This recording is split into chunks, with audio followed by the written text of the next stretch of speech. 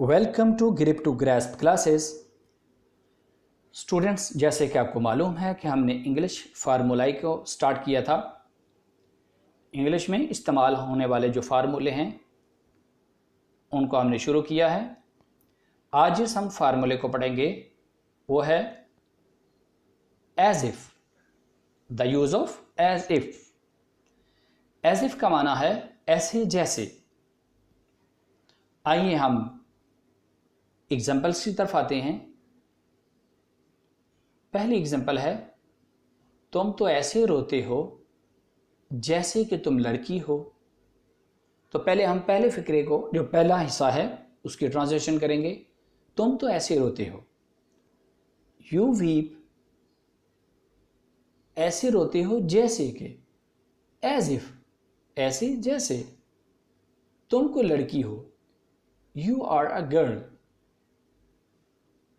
तुम तो ऐसे रोते हो जैसे कि तुम कोई लड़की हो, you weep as if you are a girl. अगला सेंटेंस है, तुम तो ऐसे चिल्ला रहे हो जैसे तुम्हारी माँ मर गई है, जैसे तुम्हारी माँ फौत हो गई है। You are crying as if your mother has died.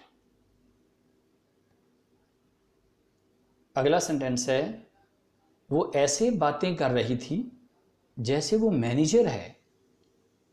वो ऐसे बातें कर रही थी जैसे वो मैनेजर है।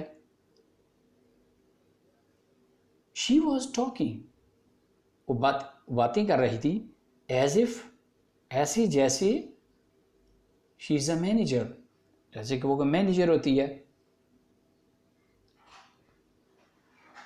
वो ऐसे ताखीर कर रही है जैसे अपनी गाड़ी पे बैठी है। यानी वो यूं ताखीर कर रही है, वो इस तरह ताखीर कर रही है जैसे कि अपनी गाड़ी पे बैठी हुई है। She is delaying as if she has sitten in her own car. Sit की थर्ड फॉर्म सिटन भी है। Sit, sat, sat. सिट की first form, second form sat, third form sat, और थर्ड फॉर्म सिटन भी है। यानी seat से seat, set, सिटन, या सिट, सैट, सैट। दूसरी और थर्ड फॉर्म सैट भी इस्तेमाल होती है। वो ऐसे ताखीर कर रही है, she is delaying as if she has sitten in her own car. Example number 5, वो ऐसे पढ़ा रहा है जैसे कोई टीचर है। He is teaching as if he is a teacher. वो ऐसे पढ़ा रहा है जैसे कोई टीचर है। क्या वो ऐसे लिखता है जैसे कोई उस्ताद है? अब ये इंट्रोगेटिव सेंटेंस है, सवालिया फिक्रा है। तो क्या वो ऐसे लिखता है? ये प्रेजेंट इंडेफिनिट टेंस का फिक्रा है। और आपने यकीनन तमाम टेंसेस पढ़े होंगे। जिसने नहीं पढ़े वो पिछले लेसन जो हैं, शुरू में जो लेसन पढ़ाए गए हैं उनको देखें, उनको सुने। क्या वो ऐसे लिखता है? तो प्रेजेंट इंडेफिनिट का जो सेंटेंस है उसको इंट्रोगेटिव बनाने के लिए डू या डॉज को हम पहले लगाते, तो आपको रिमेंबर है। तो क्या वो ऐसे लिखता है जैसे कोई उस्ताद है? Does he write as if he is a teacher? वो ऐसे लिखता है जैसे कोई उस्ताद है।